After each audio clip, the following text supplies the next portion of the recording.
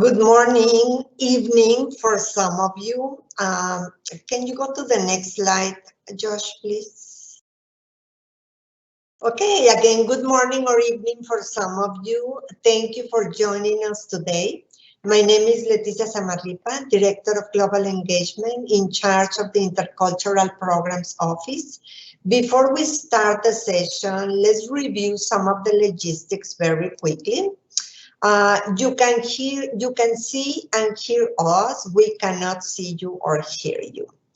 Please submit your questions in the question box on the right side of your screen. At the end of the presentation, we will be having a presentation, and then we would like to collect all your questions to be answered at the end. The event is being recorded and will be posted within 48 hours on our YouTube channel. You are welcome to visit our International Student Orientation webpage, where you will find the hyperlink to our YouTube channel. Next slide, please. Okay, so today we have a very important session, and again, thank you for joining us. The Bursar office will provide detailed information regarding how to pay your tuition and fees, making a tuition plan selection, payment options that you will have, and a variety of other topics that we are positive will be very, very helpful for you to learn in advance. It is my pleasure to introduce you to Lisa Davis. She is the Director of Student Accounts, and we would like her to join us. Thank you, Lisa, for being here with us today. Hi, good morning, Leticia. I'm having a little trouble with my voice this morning. Hopefully it's going to get a little bit better. I've been trying to drink some water over here. But welcome. I'm glad you're here with us this morning or evening, wherever you're at or wherever you're listening in the recorded version. Again, my name is Lisa Davis. I am the Director of Student Accounts in the Bursar office. I'm going to be sharing a lot of information about paying your tuition and fees, how the Bursar office can assist you, a variety of different things. And so if you ever have any questions, I know that it's a lot of information, so you can feel free to email us at bursar@utdallas.edu, and we can answer any questions that you have. We do have a ticketing system now, so whenever you email us, you'll receive a notification with a ticket number, and you can follow that ticket and see when we have replied to you. It's a really good system to help us keep up with all the emails that we've been getting that are very important from you students. You can go ahead and go to the next slide. So just a few of the functions in our office. We assess, bill, and collect on tuition and fees. We're here today to talk about how to pay your tuition and fees. So that's a very important function for our office. If you want to go ahead and click the button, I guess as I say that, they should show up on the screen there. We collect on housing and meal plan charges. We collect on housing if it's on the bill, meal plan if you have a meal plan. We can answer any questions about your billing statement. We implement the payment and refund schedule. So that's going to be part of the academic calendar. So if you are looking at the dates for when classes start, when our census day is, the second page of that has all of the information about when payments are due, when you can drop a class and get a refund, and I'll go over some of that here in just a little bit. We also maintain our online services through EasyPay, and that is our payment system, which I'll give you more information about. And then we also process refunds. So if you're due any type of refund from the university, if you're getting paid from the university, we don't do that. But if you're getting any kind of funds from money that you paid us for your tuition, we would do refunds for that. So I know that sounds like a lot of information, but I'm going to go into detail on several different things, especially about the billing and collecting on your tuition and how you're going to be charged. You can go ahead and go to the next slide. So UT Dallas uses what's called a tuition plan. We don't use per credit hour rate. So if you've been to another university, maybe they did something where they said, it's $1,000 per credit hour that you're enrolled in. So if you're enrolled in 10 credit hours, it's $1,000 per credit hour. It's $10,000. Pretty easy math. Well, we have what's called tuition plans. And basically a tuition plan is just, it's a set rate for a specific number of credit hours. And so I'll show you exactly what a tuition plan looks like and how to read that tuition plan. And you're going to notice that the first credit hour is always going to be the most expensive, and the more credit hours you take, the cheaper each credit hour becomes. It doesn't become cheaper on the tuition, but each credit hour becomes cheaper as you take more credit hours. Now, all incoming students will automatically be placed on our variable tuition plan. We do have two tuition plans. We have the variable plan and we have the guaranteed tuition plan. Now, the variable plan is the one that all students will be defaulted into. The guaranteed tuition plan, you have the option to move to the guaranteed tuition plan. However, I can tell you that right now the guaranteed tuition plan is not the best rate, and I'll explain what the difference is between those. That's why we go ahead and default everyone into the variable plan. And then if you'd like information on the guaranteed plan and how to enroll in the guaranteed plan, you can reach out to our office, Bursar at utdallas.edu, and we can give you additional information and instructions on how to select the guaranteed tuition plan. But again, everybody's going to get a tuition plan. You don't have to go and select a tuition plan. We're automatically going to place you in one. But when you're doing the comparison between the two, if you'd like to move to the guaranteed plan, we can assist you in that. If you want to go ahead and move to the next slide, please. So what is the variable tuition plan? The variable tuition plan is initially a lower rate when students come in. It starts out lower because it could change every year. Well, I can tell you that the last 2 years, the variable rate has not changed for students, which again is why it's been a little bit cheaper, or it's been a better plan for the students to remain on when we default them into that plan. It is subject to change every year, so it's good for fall semester, spring semester, and then for the summer session.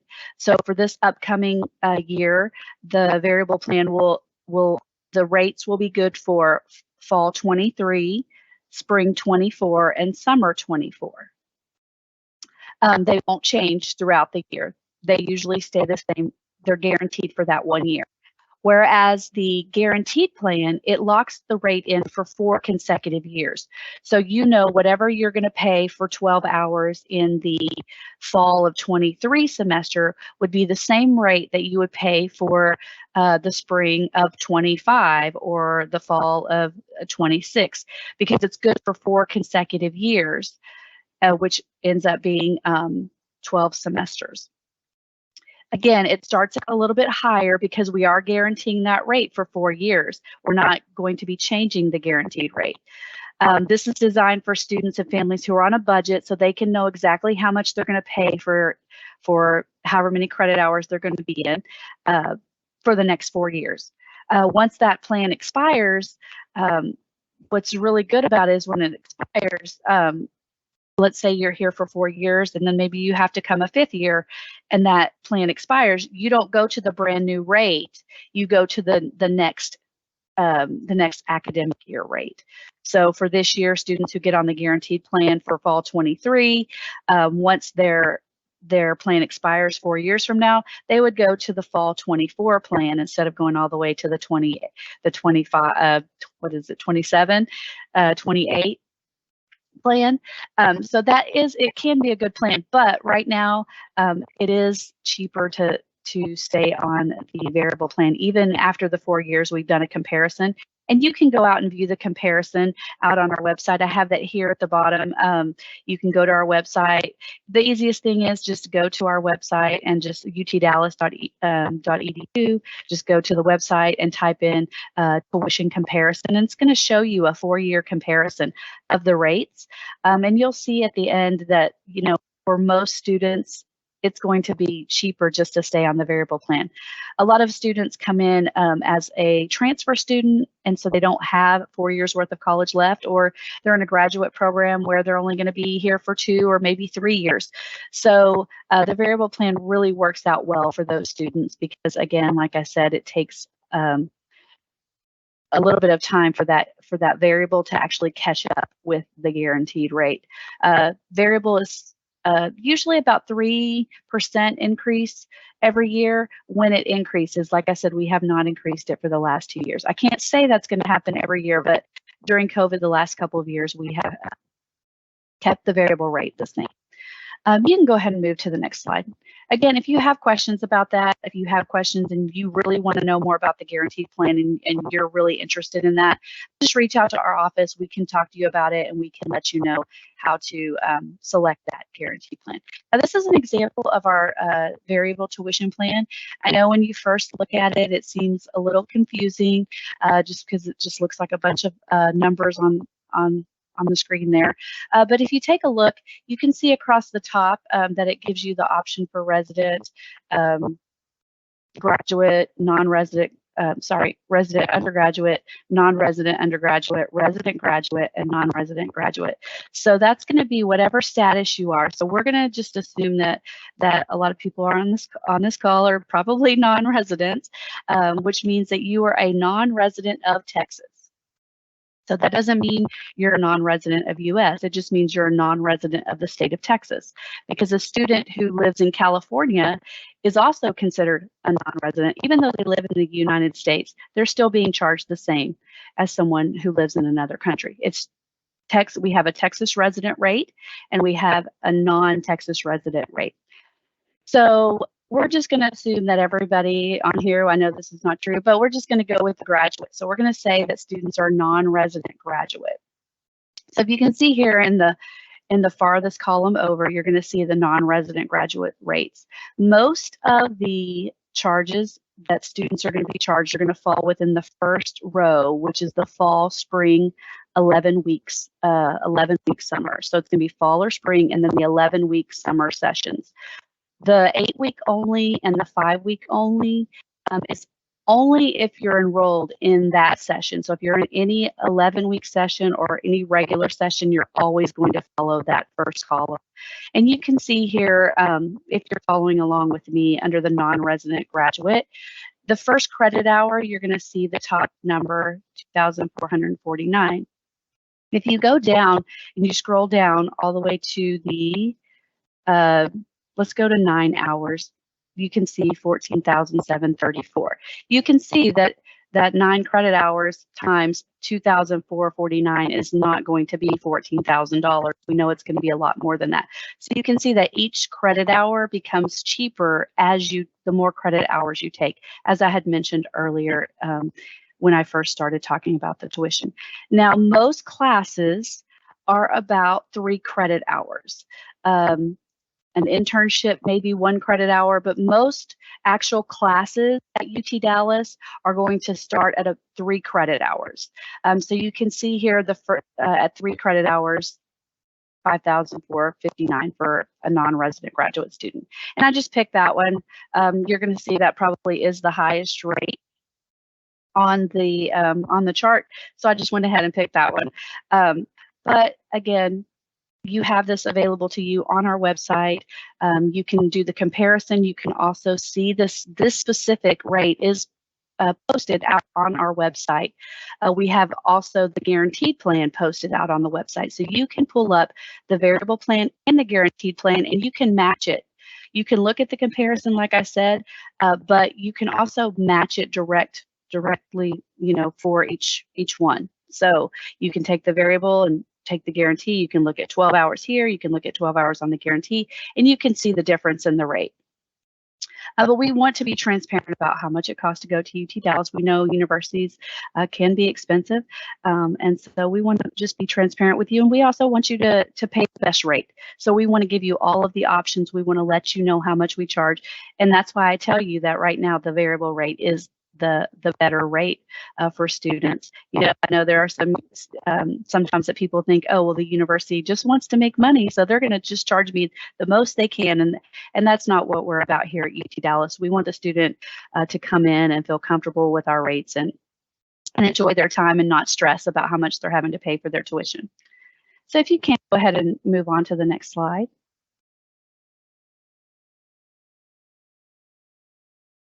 There are additional charges other than just the tuition. the chart that I showed you is the rate for the tuition. When you look up the chart online, the tuition plan rate online, you will see at the bottom some additional charges that are listed.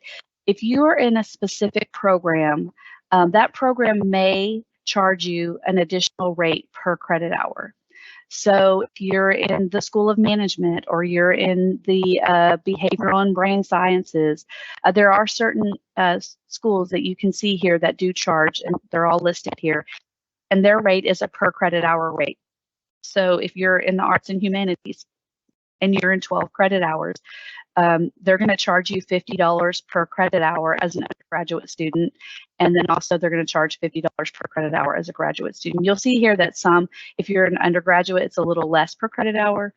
And then if you're a graduate, it's a little bit more. So that would be an additional fee on top of the tuition rate. So I'll just give you the example. If you're in the I'll just give you the highest one. How about that? So if you're in the School of Management, and you're a graduate student and you're taking 9 credit hours, you're going to be charged the rate for 9 credit hours on the tuition plan. And then you're also going to be charged $100 per credit hour for the School of Management for those 9 credit hours. So you would see an additional charge for $900, and that's going to show up as a separate line item. So you're going to know how much you're being charged based on your tuition plan, and then underneath you're going to be able to see how much you're being charged based on your school or your program that you're in. So it's really important to take these fees into consideration when you're determining, how many hours you're going to take, what program you're going to be in. It's really important to take into consideration all the fees. There are other fees that you may see on your bill at UT Dallas once you're registered for classes. You can go ahead and go to the next slide. All of our students who fall into the F1, F2, J1, J2 visas, they will be charged a student insurance. That is required by the university. If you do have your own health insurance, you can provide that to the university health services, and they may be able to waive your student insurance that's charged, but it will automatically be a charge. So that will be another line item that you will see on your bill. So you'll see your tuition, you'll see any supplemental fees for whatever program you're in, and then you would also see a student insurance charge. Again, unless you're able to, if you're eligible to have that waived, then that would be waived later on. It's automatically going to be charged once you're registered for classes. And you can see all of the students who would qualify to be charged the student insurance here listed. And again, at the bottom it talks about the waivers and what you need to do to determine if you're eligible to have the insurance waiver. You can go ahead and go on to the next slide. We won't spend a lot of time on that. If you are living on campus, you are required to have a meal plan. So I did list the meal plan prices here. It is a cost-effective way to ensure that you're going to have money to pay for your food. So, they'll charge that on your bill. Whatever plan that you select, they'll charge that on your student bill. And you can pay that with your tuition and your other fees. I do know that right now, housing is full. I have housing listed on here, but I do believe that there was another session about how to find off-campus housing. So if you have questions about housing or you've already were able to get into housing, you can contact the housing office to determine what the fees are going to be for that. Again, all of these charges, the reason I mention them, it's not all tuition, but it is fees, right? And so it's something that a student may have to pay and that they may see on their bill. And so all of that goes through the Bursar office. So we want to ensure that you understand all of the fees that are being charged to you on your student bill. And once you are a registered student, you can always reach out to us and ask us questions about why you're being charged a certain fee. We can explain it. If it's one of our fees, we can explain it in detail. If it's not one of our fees, we may refer you to another office. But please feel free to contact us, once you're a registered student. And if you don't understand your specific fees, definitely reach out to us because we're here to help you understand what your bill is and what those charges are. So for a student, you can go ahead and move on. I know I'm jumping ahead before we get to the next slide, but I know there's times that students need to know how much they're going to pay before they ever get to the university. Before they come, they may have a sponsor that's going to be paying, or a parent, or they may need to take out some type of a loan to assist them in paying for their tuition and everything that goes along with attending UT Dallas. And so we make available on our website a tuition estimate. So if you are a student who has already been accepted to the university, you can actually go on your student portal and pull an estimate for your specific tuition rate. So you would go in and you would put in how many hours you plan to attend, if you're going to be living on campus or off campus, and it's going to give you an estimate based on your acceptance to the university. It's going to do it based on your variable tuition plan, and it will show you exactly how much you're going to pay for that many credit. You have to put in the credit hours. So if you put in 9, it's how much you're going to pay for 9, 12, however many credit hours you put in. Because you're not enrolled, it's not going to show you exactly how much you're going to be charged, but it's just an estimate. If you're not an accepted student to the university, you actually have the option just to go to our website, to utdallas.edu, go to the Bursar page, and you can do an estimate there. Now, it's not going to be specific to you because you have not been accepted to the university. You're just doing a general one that anyone who's considering going to the university can go in and look at. So any student who's considering coming to UT Dallas, we do have that option where you can go in and you can say, this is how many credit hours I would like to take. Here's how I plan to do my housing. I plan on living on campus. I plan on getting a meal plan. And it will give you an estimate of how much it would cost based on probably our variable. I believe it's our variable plan. It would give a student, but I do think it gives you the option to choose if you want to be on the variable or the guaranteed for the tuition estimate on the one on our website. Because again, it's not specific to the student. It's just for anyone who wants to go on and do an estimate. Once you're registered for classes, we do not start billing for each term or calculating tuition for a term until about 6 to 8 weeks prior to the beginning of that semester.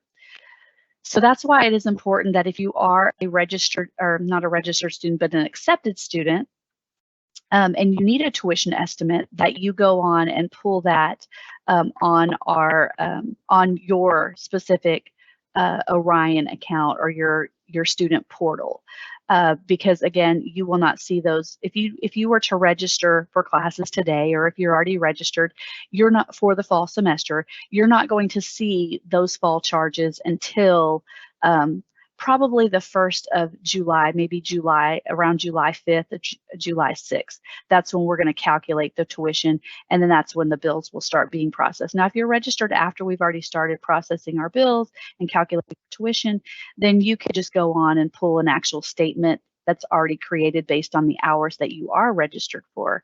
But if you are not registered and you just need an estimate, or you are registered and you need it now for some type of, like I said, a sponsor or a loan, you can do that through our estimate. We also offer what's called tuition insurance. You can go ahead and go to the next slide, please. So tuition insurance is optional, but let me tell you what tuition insurance is.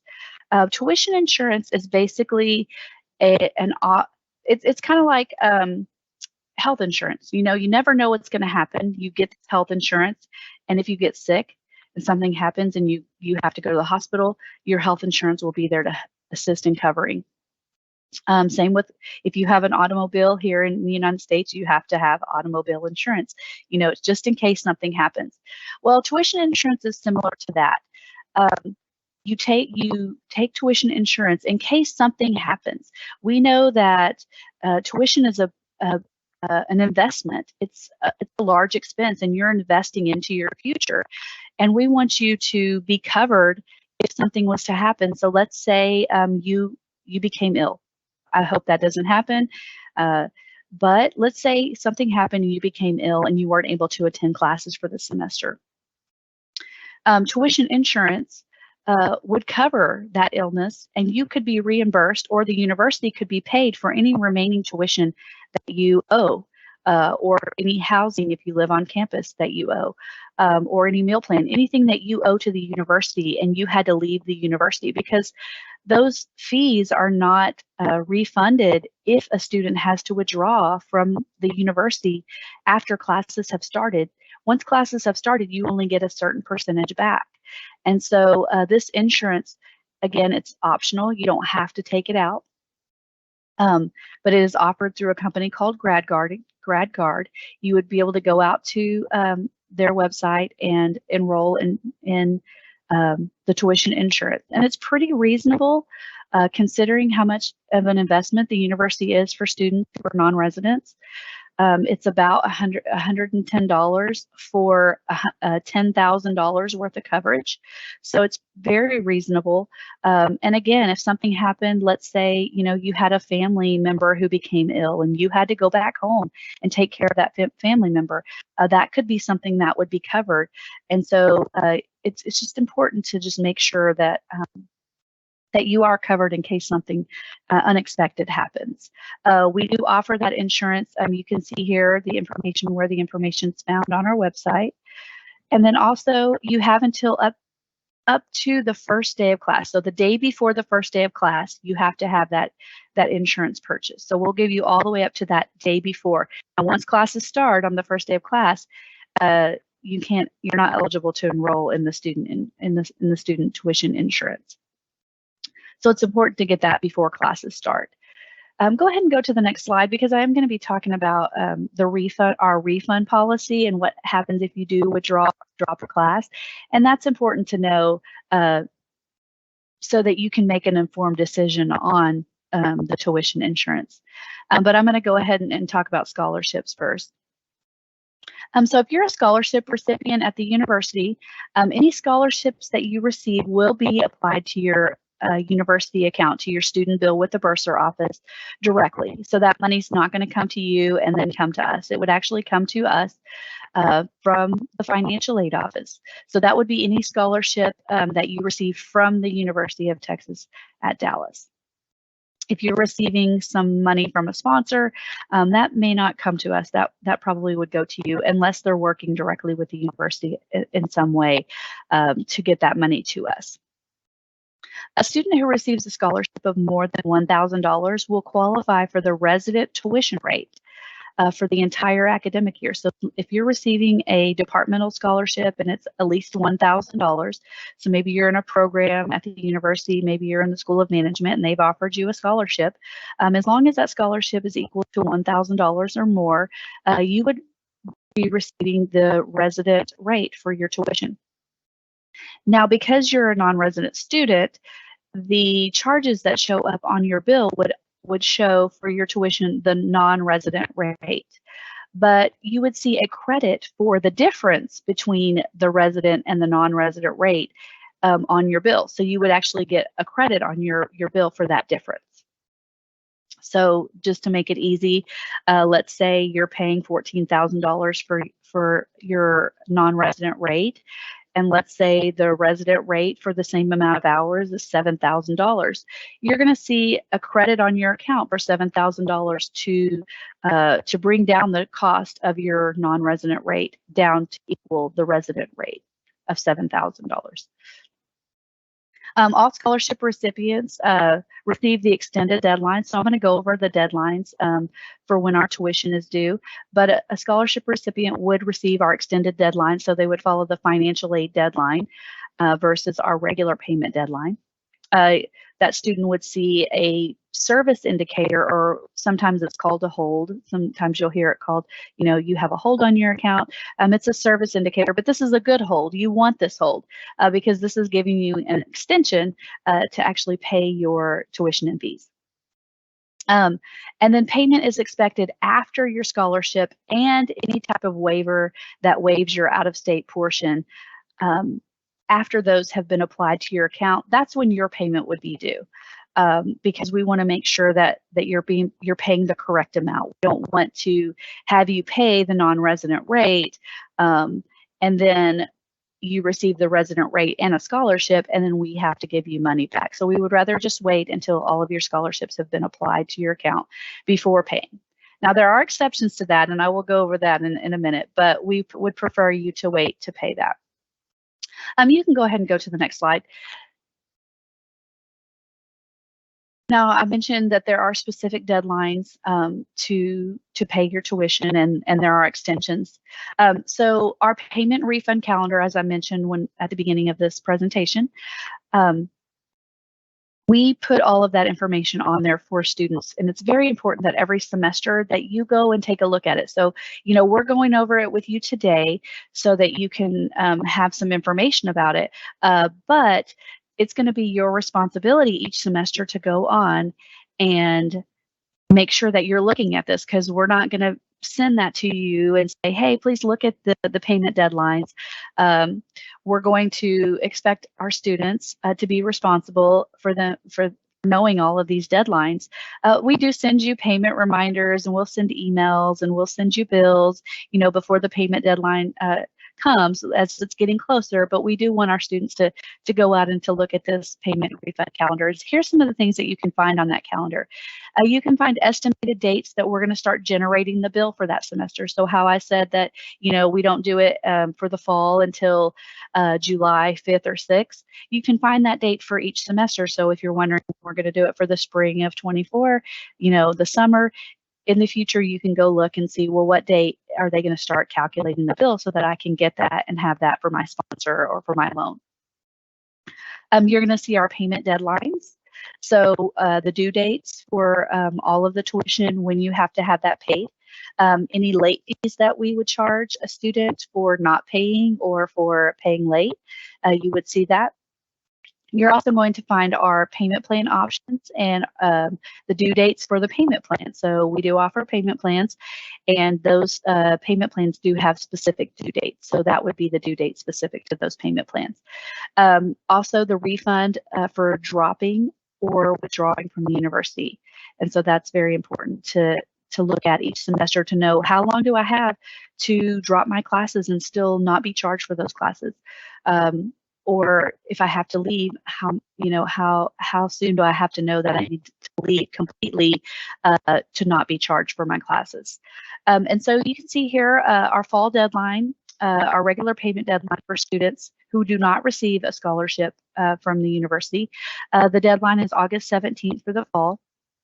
And so this is just if you're not receiving any type of aid, you would follow the regular payment deadline. Now, how do you know which deadline you're supposed to follow? Well, that's a good question. So you're going to see in your student center, once you log in, there's a tile and it says Bursar. It looks like a little square on the screen. It says Bursar. And right in that Bursar square, it's going to have your deadline. So if you're a registered student, you should be able to see your deadline. Now, if you're not a registered student, it's not going to have a deadline in there right now. But if you are a registered student, when we get ready to update for the fall, because again, we haven't calculated tuition for the fall, so you're not going to see that yet. But once you're registered and we calculate the tuition at the beginning of July, those deadlines will begin showing up on our Bursar tile in your student service center. So it's important to keep an eye there. Also, you can think, oh, well, I know I'm receiving a scholarship, so I should have this extended deadline, or I'm not receiving a scholarship, I should have the regular deadline. And if it doesn't look right to you on your Bursar tile, just check with us and find out if that's your correct deadline. But the extended deadline for students who are receiving financial aid, that is August 31st. So this would be any type of scholarship or waiver that you're receiving from the university. Also, if you apply for any type of private loan within the U.S., there are some lenders within the U.S. who will loan money to international students. And so if you're receiving a loan from a U.S. lender and it's already gone through the financial aid process and they know about it, you would also receive the extended deadline, because that would be considered financial aid. Even though it's a loan, it's still considered financial aid. So Again, if you're not receiving financial aid, you're always going to follow the regular payment deadline. If you are receiving financial aid, then you should be following the financial aid payment deadline. And that's going to be from the fall semester, and then every semester after that, that you're receiving financial aid, you want to make sure that you're still receiving financial aid. And so you want to just keep up with that and make sure that that's being posted to your account and you're being awarded that and following the right deadline. You can go ahead and go to the next slide. So I mentioned Easy Pay. Easy Pay is our payment portal. You can see here on the screen that this is what it looks like when you go to our website. You can click on the link for a student who wants to log into Easy Pay. You can also set up an authorized user. So that's really good. So if you have a parent or a sponsor or someone that you want to be able to go in and look at your bill, not your classes or your grades or anything like that. This is just looking at your bill only so that they can have access to assist you in paying. You can set them up as an authorized user. So you can do several things on this website. Again, you can make payment online. You can also view your billing statement. So I mentioned that you can view that in your Orion Student Service Center, but you can also view that on Easy Pay. You can set up a direct deposit. So maybe once you have a U.S. bank account, and maybe if you're expected to receive money from the university, you could set that U.S. bank account up to receive a direct deposit of money if we owe you money or a refund. And then again, you can add the authorized user, as I mentioned. So if you have anyone that you would like to see, maybe it's a family member or a sponsor or someone like that, we can assist you in knowing the steps to do that. The easiest thing is just to go into Easy Pay, and when you log in, you'll see on the right-hand side of the screen, it'll say Add Authorized User, and it's really easy to set them up. You just put in their email address. But if you have questions about how to do that, you can contact us. And then you can also set up the installment plan, and that is one of our payment plans that I will be going over. You can set that one up in Easy Pay. We do have two payment plan options. One of them set up in Easy Pay, and the other one set up in your Orion Student Service Center. And then you'll just use your net ID and your password to log into Easy Pay. And the same with your Orion Student Service Center. You'll just use your net ID and your password, and you can get right into these things. You can go ahead and move on to the next slide. So in Easy Pay, there's an option to pay by credit card. So if a student has a MasterCard, American Express, or Discover, a credit card, they can go in, even if it's a travel card and it has one of those logos on it, the student should be able to go in and make a payment in Easy Pay with a credit card. Now, there is a fee to set up to pay with a credit card. There's a convenience fee of 1.9%. So anytime you use a credit card, you will be charged that additional fee. We cannot accept Visa. We do not have any. So if your travel card or your credit card has a Visa logo on it, even if it's from a bank, so if it's your checking account, maybe you set up a U.S. bank account and they gave you a card that's a debit card that says Visa on it, it still will not let you use that card. But you do have the option to use an electronic check. And so the electronic check would just require you to put in your bank's routing number and your bank's checking account number. And so, and again, that would be a U.S. bank account. And we can always help a student if they don't understand which is the routing, what's the account number. We can always help that student fill in that information when they're making the payment on Easy Pay. And there's no fee to do that. So you can use your checking account with no additional charges if you're not using it as a credit card. So if you're going in and you're taking the card number and you're typing in all the numbers that are on the front of that card, it will charge you a fee, even if it's coming from a bank account. It's important to remember that it's better to go ahead and use your bank account information instead of using your debit card or your credit card information, because there's no fee for using your bank account directly from your bank account. We do not have a location where you can come and pay in person. So all payments must be made either through our Easy Pay, or if you have, let's say you want to pay with a cashier's check, or maybe you have a bank draft that you want to submit to the university. You actually have two options for doing that. And if you don't mind, I'm going to take a drink really quick.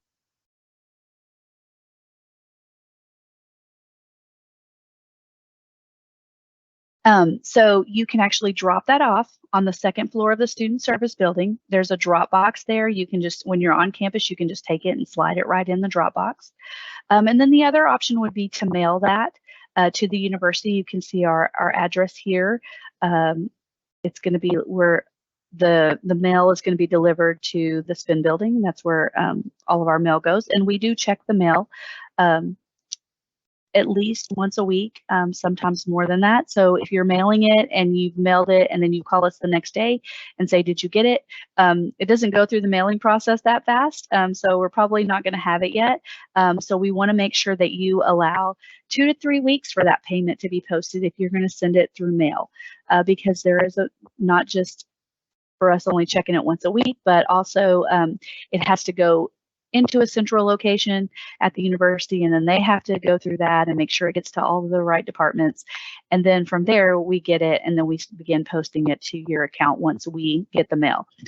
So if you're on campus and you need to drop off a payment, maybe a check, like I said, or a cashier's check or a demand draft, you want to go ahead and put that. It's probably better to go ahead and put that in our Dropbox because it's going to probably be a lot quicker than allowing the 3 weeks. Now, if you're not on campus or then you definitely need to send it through mail. But again, this is why we have our Easy Pay system, convenient way to make payments if you have a U.S. bank account or if you want to use a credit card.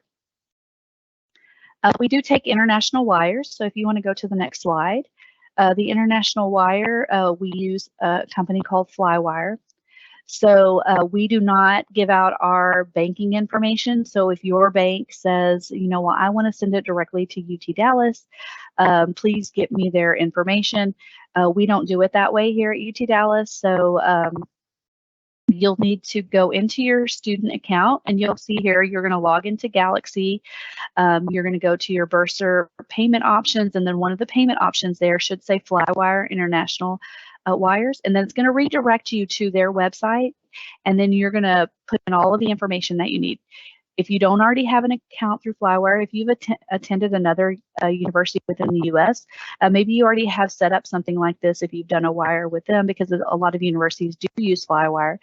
So you may already have an account. If you don't, you would create an account, and then you would enter all your payment details, and they would send the funds to us. And they're just kind of like a middle person. So your bank, your international bank would send it to Flywire. Flywire would send it to us. And it doesn't take a really long time just because there's that middle person. It actually does make it just as quick. But we do suggest that you do that at least 7 days before the payment deadline. So if our payment deadline is, or your payment deadline is August 17th, you may want to try to do that at least a week before that date. So maybe August 10th, you want to start that process so that we can be sure to get the funds. And then if for some reason you're not able to secure funds by that time, you may want to consider taking out one of our payment plans. And we mentioned here you may want to take out the short-term loan, and I'll tell you why the short-term loan would be a better option for students who are waiting on Flywire payments. I'll go over that on the next slide. So if you want to go ahead and move to the next slide, you can see our 2 payment plan options. So for students who aren't able to make their payment in full by our payment deadline, you may want to consider taking out one of our 2 payment plan options. Now, the installment plan is a really good plan for students who are going to have tuition plus housing, meal plan, student insurance, because it's going to allow that student to include all of those fees, and it's going to take all of the fees and it's going to divide it into four. For the fall semester and the spring semester, it's 4 payments. If you're coming during a summer session, it's only 3 payments. But since most of you are going to be starting probably in the fall, we'll go over the 4 payment plan. So it's going to take it and take all of the tuition and fees and housing and insurance, anything that's on your student bill. It's going to divide it into 4 payments, and then you would make the first 25%. You would make that payment up front at the time that you enroll in the payment plan. And then the rest of the payments would be due throughout the semester. You can see here that there's for the fall semester, there's a payment due in September, October, and November. So we actually give you, about a month between each payment. just to give you time to collect those fees, collect the funding, secure funding for that, and be able to make that payment. There are late fees, so if you don't make your payment, you could be charged a late fee. This plan is only $25 to set up. So basically, we're giving you an extension on your payment for $25. Some students aren't able to come up with all of the funds for their tuition, their non-resident tuition, and if they have a meal plan, and of course student insurance, they can't come up with that all before that payment deadline. And so we just want to give you that option to extend it out so that you can have more time to secure the funds. And for a $25 fee, I don't think that's too bad. Again, 25% down, that can be a lot for some students. So there is another option that we offer that doesn't require you to put such a large down payment. So we offer what's called the short-term loan. Now this one can be enrolled in through your Galaxy portal, whereas the installment plan is on Easy Pay, as I mentioned previously. But the short-term loan is done through your Orion portal, and it doesn't require down payment. So if you don't have that large chunk of 25% to put down for your meal plan, housing, tuition, student insurance, this actually will extend your payment deadline approximately 50 days past our census day. So it doesn't require a down payment. It'll just extend your deadline, and October 18th for the fall. But there's a little bit more of a fee involved in this one because we're not making you put anything down. It's just saying, okay, we're just going to give you a little bit more time, and we're going to go ahead and extend your deadline, but we're not requiring you to do anything as financially. But this one only includes the tuition and mandatory fees. So if you have student insurance or meal plan or housing or other charges on the account, it will not go into the short-term loan. It's only for your tuition and fees. The other fees would be due by the deadline for paying, usually by the financial aid deadline is what we say for housing, meal plan, and student insurance. And so, but it will prevent you from being dropped for non-payment. So, we don't drop students for non-payment if they only have housing, meal plan, and student insurance. If their fees, their tuition, and their mandatory fees are included in a short-term loan, we will consider that student paid when we're getting ready to do our drop students for non-payment. So it really is a good payment plan, and that's why I mentioned that if you are expecting a Flywire payment and maybe you haven't gotten everything through, you're trying to do an international wire to us, and you just haven't got everything completed and you don't have any money to put a large down payment, we suggest that you do the short-term loan, because again, we're not going to drop you from your classes. It secures your enrollment. It lets you remain enrolled, extends out that payment deadline, and you can still try to pay your meal plan, housing, or insurance by the financial aid deadline. But if you're not going to be able to do that, we won't drop you from your classes. You may be charged a late fee, something like that, but it will not. You'll still remain enrolled in the university. We won't drop you from classes, because we do drop students who don't pay by the deadline. So if a student doesn't pay and they're not enrolled in a payment plan and they just haven't done anything on their account, we assume that student isn't interested in remaining in their classes. And so we just go ahead and drop them out of the system, because if we don't do that, then that student could owe us money and didn't ever really intend to remain enrolled in those classes. So it is important for us to do that. And so I know students get upset with us and they're like, well, why did you drop me? But we didn't want to leave that student with a balance if they didn't want to be enrolled in the classes. So we assume students who get enrolled in a payment plan or pay their fees, that they want to remain enrolled. And if they don't do that, we assume they don't want to remain enrolled in the university. You can go ahead and go to the next slide. And this is what I was mentioning earlier about our dropping a class or withdrawing from the university and still owing money to the university. Because just as I was mentioning before, we drop a student because we assume that they don't want to be enrolled if they're not on a payment plan or they haven't paid, because after the first day of class, a student will owe money to the university if they withdraw from the university completely.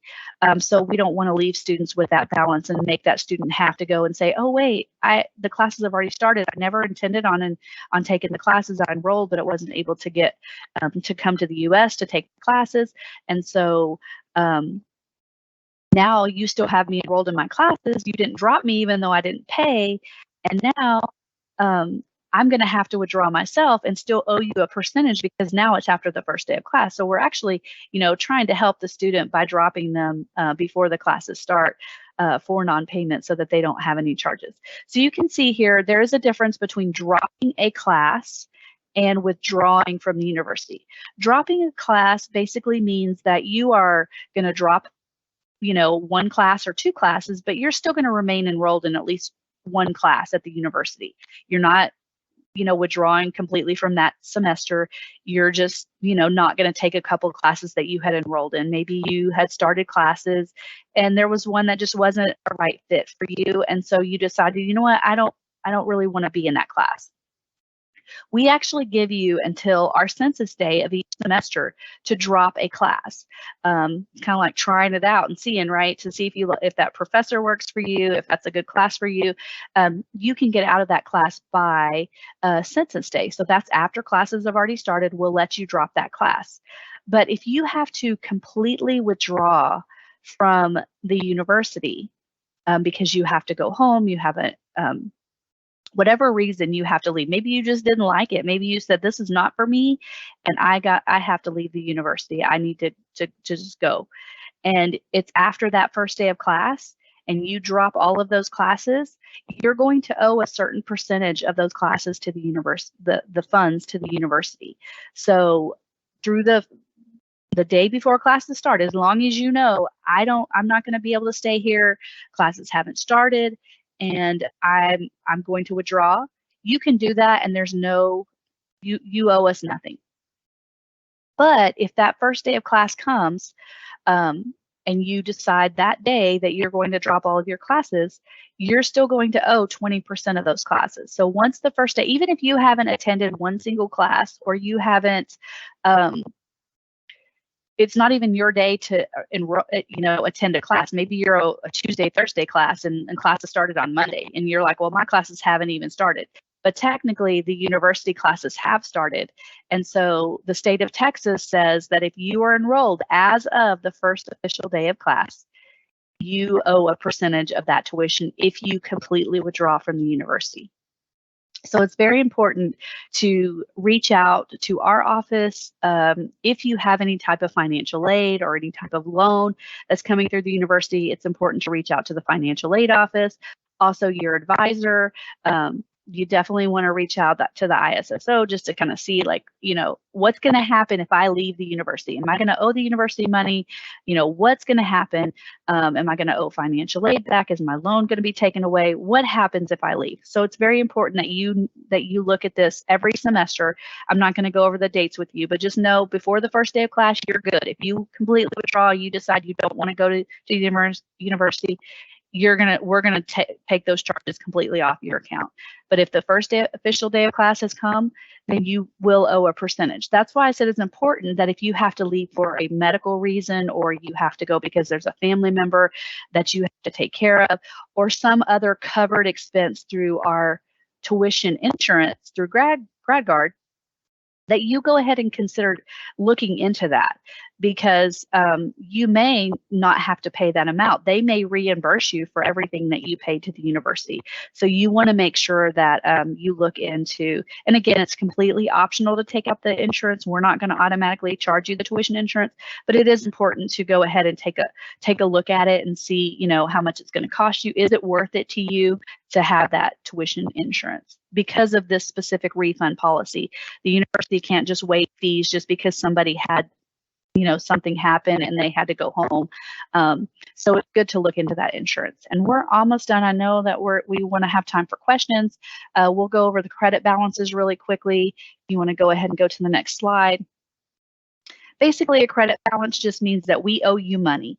So if you ever see something that looks like a negative sign with a balance, that means that we owe you money, and we will send that money to you usually about 1 to 3 business days after you see that money credited to your account. So if you do withdraw and maybe we do owe you money back and you had paid in full, you might see a credit on your account and we would owe you that money. We do not mail out to international addresses, so it would need to be a U.S. address if we do a check by mail.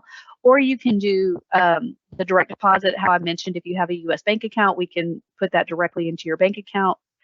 Or if you've paid through Flywire, we can actually set it up where we can refund you back through Flywire.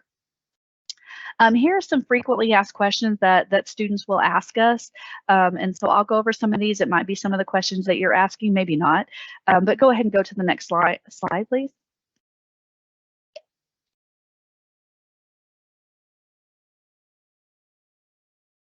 So do I need to choose a tuition plan? You do not have to choose a tuition plan. The tuition plan, we will automatically assign you the variable tuition plan, so you do not have to do anything. It's only if you want more information about the guaranteed plan, if you want to do a comparison, see the rates, and you decide that that's something you want to do, you can contact us. You do not have to choose a tuition plan. Can you tell me how much I owe before I register? The only way that you can do that before you register is if you're a registered student and you can go in and do an estimate, or not a registered student, but an accepted student to the university. You can go do that, or you can do the one that's out on our website that any student who is planning on attending or looking at attending can use. Can you provide me a fee statement? We can provide you a fee statement once you are enrolled and we have calculated the tuition. That's why the tuition estimates are better to use if we have not calculated the tuition. Can I pay my tuition in cash? No, we do not accept any type of cash payments for your tuition. So you want to either use a bank account or a Flywire. If you're getting a loan from your country, if you're getting a loan, it would be best for them to put that loan into a bank account for you, and then you take that money and put that into a U.S. bank account and try to pay that way. But we do not take cash. My demand draft or wire transfer is more than what my tuition charges are. Will I be refunded? There are some students who want to get more money out of a loan and they wire it to us, and it's more than what they owe. Maybe they want to get extra for housing because you're not living on campus, you're having to live off campus, and so you're not going to pay your housing through us. You can send us more money than what you owe. We will wait about 10 days, 10 to 14 days to make sure that funding is good, and then we will send that to you. But again, we're only going to send that to you through a U.S. bank account, or we're going to send it to you in a check, and we're going to mail that to a U.S. address. And so you want to make sure that all that's updated. Do I pay for classes before my scholarship is posted? If you're expecting a scholarship or a waiver, you do not want to pay unless it's coming close to the deadline. Then you may want to consider taking out one of our payment options. But it's important for you to find out why the scholarship has not posted to the account. Why is your waiver not posted before the deadline? Because it all should be done by then. And if it's not, maybe you might want to reach out to the department and find out why it's not done. But we don't suggest that you pay before your scholarship is posted. But if it's coming close to the deadline, you may end up having to do a payment plan. When is my tuition payment deadline? I know I went over that in detail. To look on your Student Service Center. Use the payment refund calendar that's attached to the academic calendar each semester to determine that. Why would I have a hold on my account? Why do I have a hold? There are various reasons why you may have a hold on your account. You may need to turn in some documentation to the university. You may owe some money. Maybe you withdrew and you owe us money. We may put a hold on your account for that. So there's a lot of different reasons that you may have a hold. There are good and bad holds. Again, you may have a hold for your financial aid, and so for your extension, for your deadline. So that's a good hold.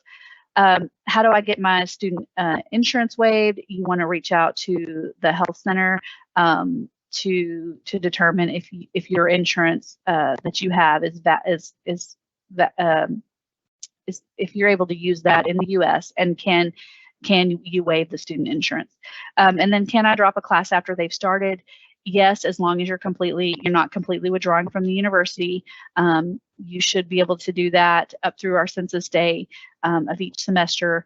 And so those are some frequently asked questions. I know I went over it really like in detail, but I was also going over it quickly, and there was a lot of information. So if you don't remember all this, I don't expect you to remember it all. You can always go back and listen or contact our office. We have one more slide of just recommended action items. We have on here to review tuition plans and determine if you'd like to enroll in another plan. But again, you don't have to do that. Become familiar with the academic calendar and the payment and refund calendar, as I've mentioned several times on this presentation.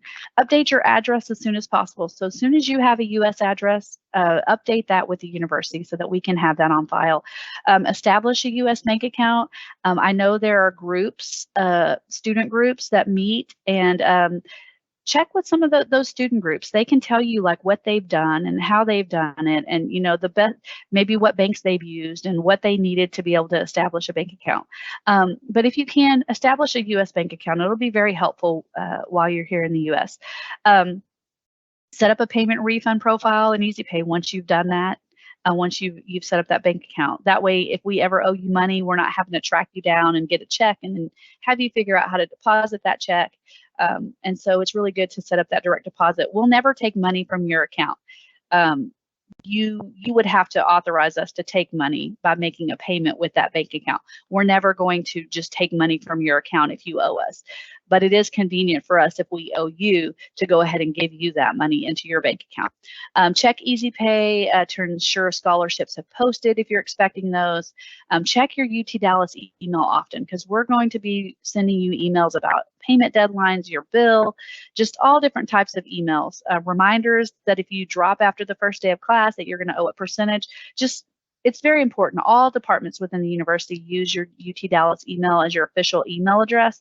And so it's really important to check that often. And then allow 7 days for Flywire payments to be received at the university. I know a lot of international students do use the Flywire system. And so just make sure you give yourself enough time.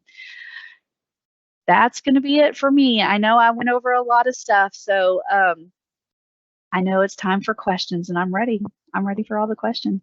Lisa, thank you very much for this amazing presentation. Very comprehensive, very complete. Please take a moment for a deep breath to drink your coffee, your water, your tea, and certainly to thank all the new international students attending this virtual info session. This is one of the most popular virtual info sessions that we offer every long semester in preparation for these new international students to be successful upon arrival to UT Dallas. Today, I can see that more than 100 international students are attending the session, Lisa. In that respect, in preparation for the Q&A, I'm going to go ahead and open precisely the Q&A session. So students are welcome to start writing some questions. We may not be able to answer all the questions. However, one key piece of information for everybody is that this virtual info session is recorded, has been recorded, and is going to be available within the next 48 hours in the YouTube channel of Intercultural Programs. So you will be able to see again the virtual info session.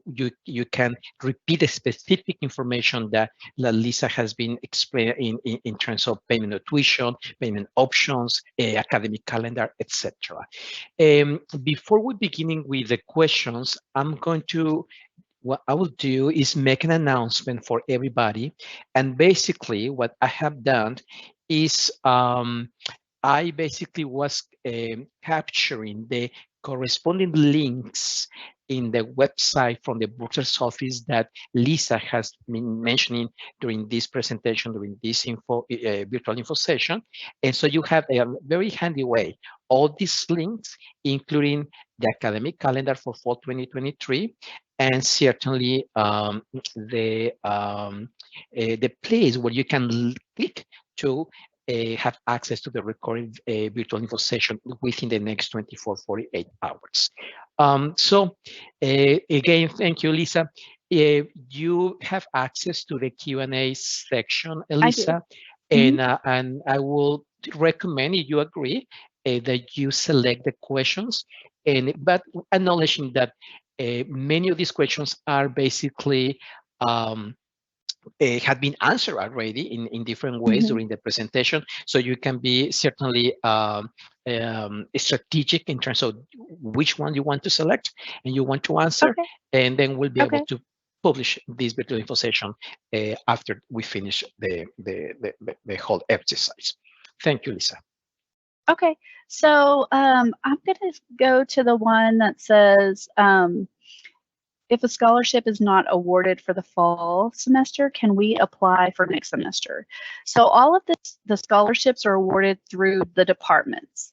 You can apply for financial aid with the financial aid office, but they don't actually award scholarships. They're going to award our U.S. federal aid, which is usually going to be grant money for U.S. students and loans for U.S. students. And then they also work with the private loans, which again are from international students can get private loans. But they don't award scholarships. We don't award scholarships. So you would need to check with whatever department that you're going to be in, so whatever program, to see what type of scholarships they have for you to apply for. Let's see. Dropping a course for fall 23. If we have dropped a course now before the payment deadline, do we need to check for it separately? Okay, so basically, I think what they're asking here is if they drop a class before the classes start, are they going to need to look to see if there's a credit for that? Basically, you don't need to do anything now. If you're making adjustments, we know that students will make adjustments to their schedule all the way up until classes start, and sometimes even after classes start. And so any adjustments that you're making right now, it should correct on its own. So if you're dropping, you're in 12 hours and you drop down to 9, since we haven't actually calculated the tuition right now, it's not really doing anything. But once we do calculate tuition, even if classes haven't started yet and you're just making adjustments, the system should make those adjustments automatically. The only time you really need to worry about it is after classes start, depending on how many classes you're withdrawing from. So after classes start and you're dropping a class or two, you kind of want to look to see, did it adjust down to the correct balance? Again, and if you withdraw completely, that it will be a certain percentage that you will be charged. But right now we know that students make a lot of different adjustments to their schedule before the classes start. So you shouldn't have to worry about that right now. Does the additional charges apply to all courses of that school or just selected courses? So any course within that program is going to be charged. So if you're taking I'm assuming you're asking about supplemental fees just to help everybody out. So we have those special fees, the $50 per credit hour, the $100 per credit hour, depending on the program. It's lowest is 50, highest is 100.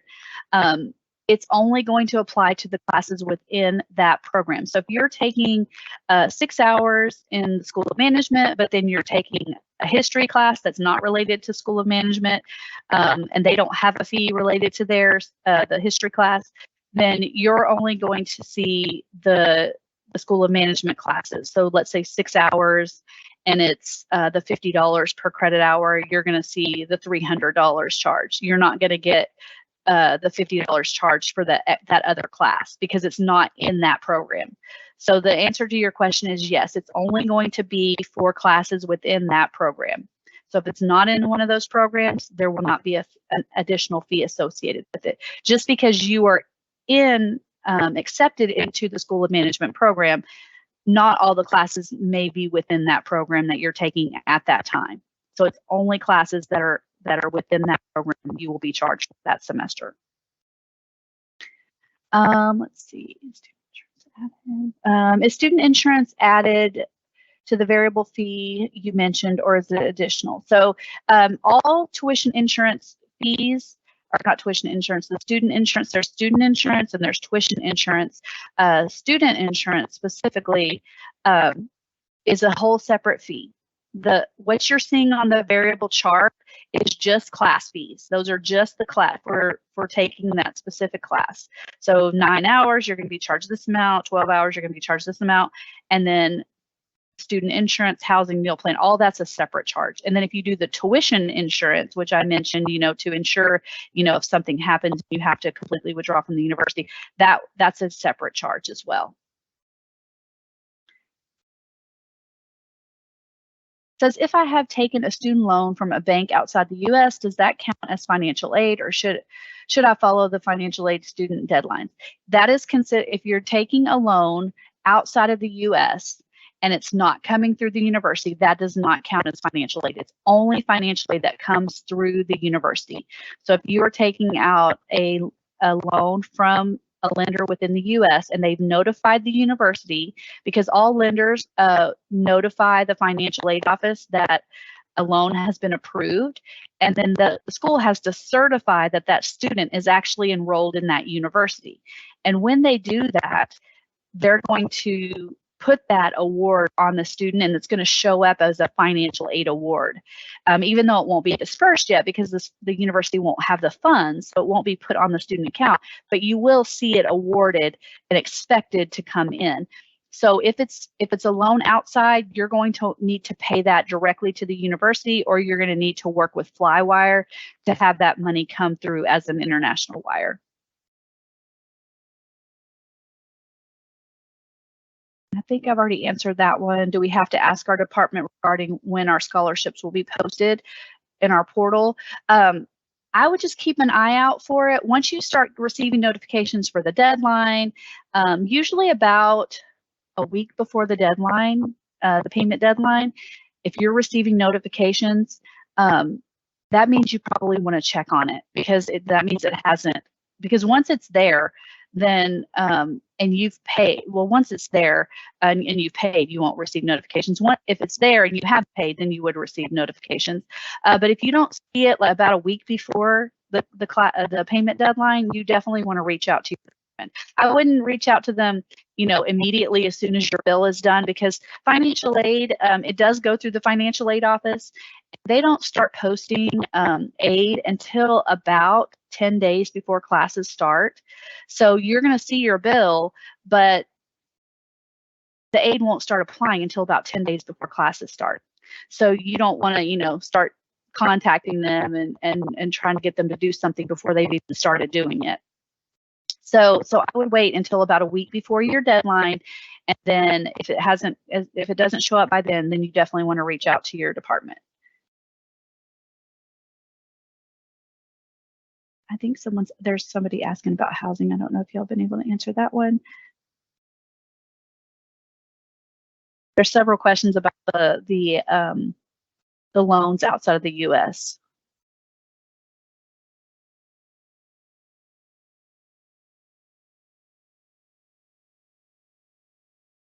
The question about my bank will only pay 90% of the fee and and we should pay the remaining 10. You're going to pay that the same way that you pay the 90%, because if you're using your bank, you're still going to have to make the payment to us. So however you get funds behind that payment, that's up to you. So you're going to be responsible for paying us, because unless you're doing a U.S. lender, then you would, that's the only way that a bank is going to pay us automatically. So if they're paying you, you can just add your funds in and just send it however you're going to send the 90%. You can just send the 10% in with that. So I hope that made sense.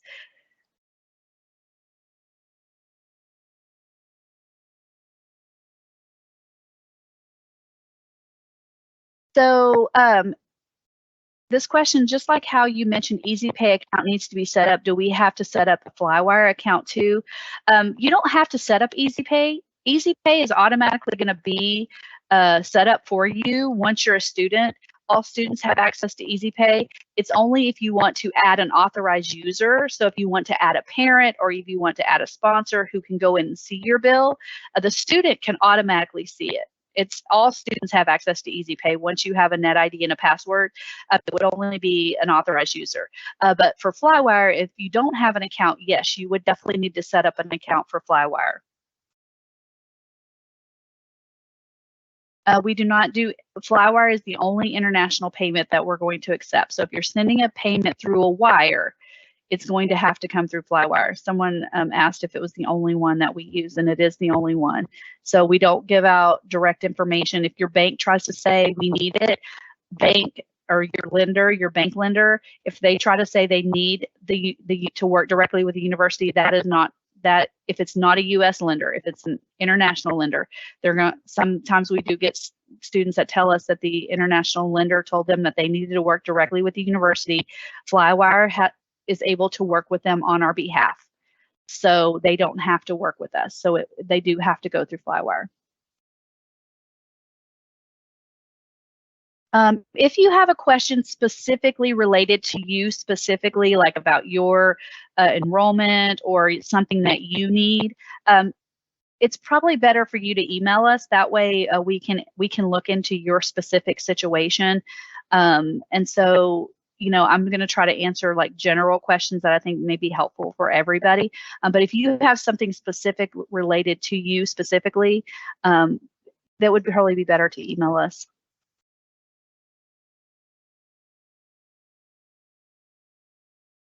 Someone asked, post arriving to the campus, can we set up the bank account that day, or we need some documents to do so? I don't know all of the information for that question. I do believe you will need some documentation, and it's probably better if you're here to go ahead, set it up once you're here. But definitely reach out to some of those organizations, maybe some other people that have done this. I don't know if Leticia or if you know anything about groups that assist with helping international students when they come over, set up different things like bank accounts. And so maybe you could email that question to their office, and maybe they could assist you with that. Absolutely, Lisa. The students are welcome to send us an email to icpprograms@utdallas.edu. There is an amazing network of student organizations and community friends who are helping new international students to settle down and providing a practical guidance, tips, recommendations to ensure that all those processes are pursued and completed in a successful way, based on the individual circumstances of the students. So international students, please send us an email to ICP programs if you require additional information about those processes, including housing, banking account, etc. Nevertheless, let's remember, new international students are expected to complete the pre-arrival modules, which are in e-learning. And those models precisely are discussing, presenting information and guidance before your arrival, amazing information to be sure that you have the guidance and the in advance meeting certain requirements upon arrival here to UT Dallas, and to have clear sense of what implies the different processes for this successful arrival. Again, housing, banking, insurance, issues related to health, like TB, the TB test, etc. Thank you, Lisa. I'm going to go ahead and answer this one. It says, do I need to pay tuition and fees first if I have the research assistant, or could I get the fee waiver directly? If you are receiving 100% payment for a research assistant, then you don't need to pay up front. If you are only receiving the waiver of the non-resident rate, so in other words, they're giving you a waiver that is just reducing it down to the resident rate instead of the non-resident rate, you would need to pay that by the financial aid deadline. But if you're receiving a complete waiver, you don't need to pay first and then wait and then have it waived and then be reimbursed back to you. We don't want you to do that. So so just determine if they're paying everything or they paying part of it, and just make sure your portion, if you have any portion to pay, is paid by the financial aid deadline. I see a couple more questions about loans. There was a student who asked a question that was specifically related to, there was a couple of students who asked specific questions related to them specifically. I think one of them was talking about how many hours they're registered in, if they could email us that question. And then also there was a question about a hold that someone has that says they can't register online. If you want to email us that question, someone in our office should be able to respond and tell you if that's something that's ours or if it's something that's yours. It's the person who's asking about them dropping a class and deferred to fall, and that they can't register online. If you can send that one in an email, that would be helpful, and someone can help you in our office. And just send it to bursar at utdallas.edu. And if it needs to be forwarded on to somebody else, we'll let you know if you need to contact someone else. Someone says, I have secured loan from Prodigy Finance. When do I have to make the payment? So if you're taking out a loan and it's covering your full tuition, then you have until the extended deadline to make sure that loan has paid to your account. But you need to find out what the terms are with Prodigy when you need to pay them. So they have their own payment because they're paying us, so you no longer owe the university. But if you need to find out like when you need to pay them back, that should be all in your loan terms. So you want to make sure that you understand what their terms are. Some loans don't require you to start making payments until after you graduate from your program. Some they start having you maybe pay the interest payments, or maybe some of them make you start paying the actual payments. But most of them defer it until you graduate, but definitely find out with a lender when you need to start paying them. Again, we would get the money from them. You would have until the deadline to make your payment to us with the loan. But as far as paying them, I don't know. So I wasn't sure if which one you were asking for, so I wanted to make sure I answered both of those questions. Will dropping a class affect a scholarship? It definitely can affect a scholarship. You want to reach out to the financial aid office if you are dropping a class, because if you are in a if you're getting a scholarship that requires you to be a full-time student and you drop a class and it brings you to less than full-time, so it brings you to 3/4 time or half-time, you may not be eligible for that scholarship. So you want to make sure that whatever scholarship you're getting, what the requirements are. So you want to either reach out to the department. Financial aid's going to know the answer. And their email is, it's financial-aid@utdallas.edu. And you could also find their email address on the website. So yes, you definitely, anytime you're making adjustments to your class and you have a scholarship, you definitely want to find out what's going to happen to that scholarship.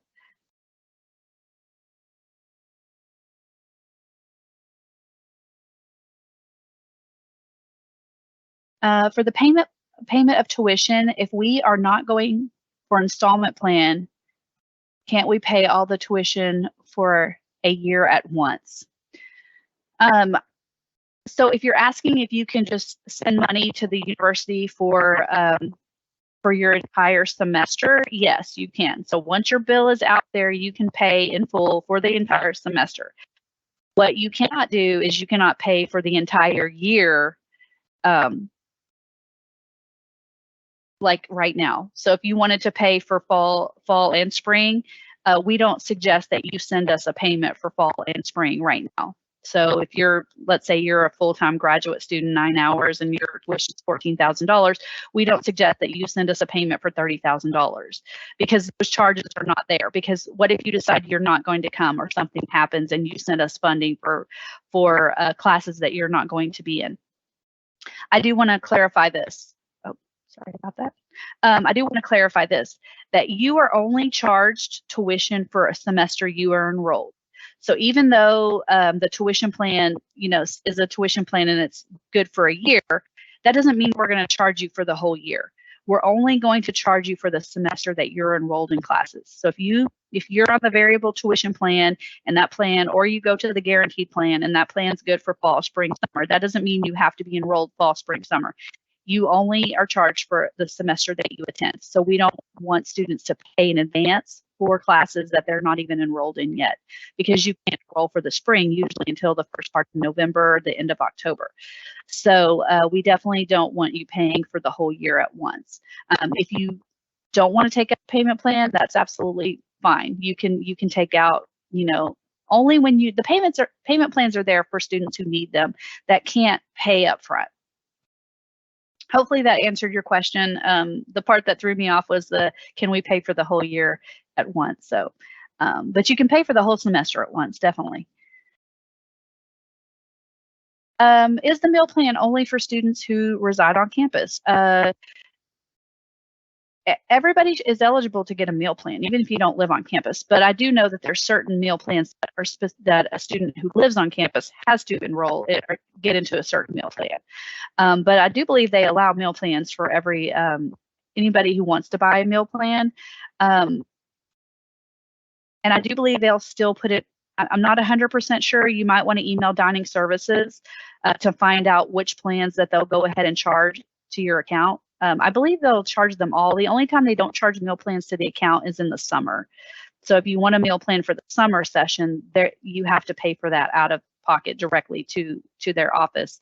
But all the other meal plans, they'll usually just charge it on our bill. But yes, if you're not living on campus, you should be able to enroll in one of the meal plans.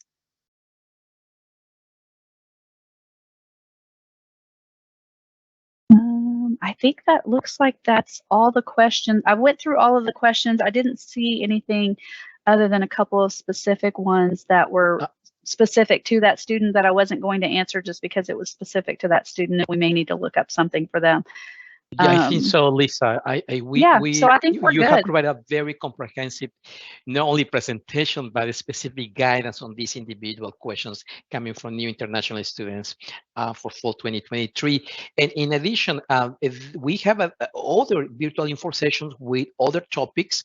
Many of these questions that are presented right here are relevant to the other virtual info sessions. So we highly recommend you to attend the next one. For instance, the next virtual info session is going to be next Wednesday, June the 21st, and it's a presentation of UT Dallas B. Howdy, which is a community partner and is a key partner to assist new international students for housing, for instance, to settle down here in the community. On Wednesday, June the 28th, we have an info session with the support of the Office of Graduate Education. The title of this info session is How the Office of Graduate Education Can Work for you international students. And also we have the participation for future info sessions of the Indian Student Association, Iranian Student Community, the Friendship Association of Chinese Students and Scholarship, and the last one on July the 19th, Preparing for Life in Dallas. This is a very comprehensive one in terms of tips and recommendations for establishing your new routine and embracing your new community here at UT Dallas and around UT Dallas for your next chapter in your life. So Lisa, thank you very much on behalf of Intercultural Programs in collaboration with the Bursar's office, this solid and a positive partnership that we always have and providing this guidance that could be very technical in terms of understanding the different aspects and concepts from a Bursar's perspective. And you're here always every semester providing this guidance, this support to new international students. We highly appreciate that support, that motivation, and the partnership that you have with us. Thank you, Lisa. One more time, this virtual info session is going to be available within the next 48 hours in the YouTube channel of Intercultural Programs, and is that the link has been included in the section of announcements of this virtual info session in Teams Live. Lisa, any final remarks? Thank you so much for having me. I always enjoy presenting to our international students. So, thank you. Anytime. Good morning, good evening, good night, everybody, wherever you are.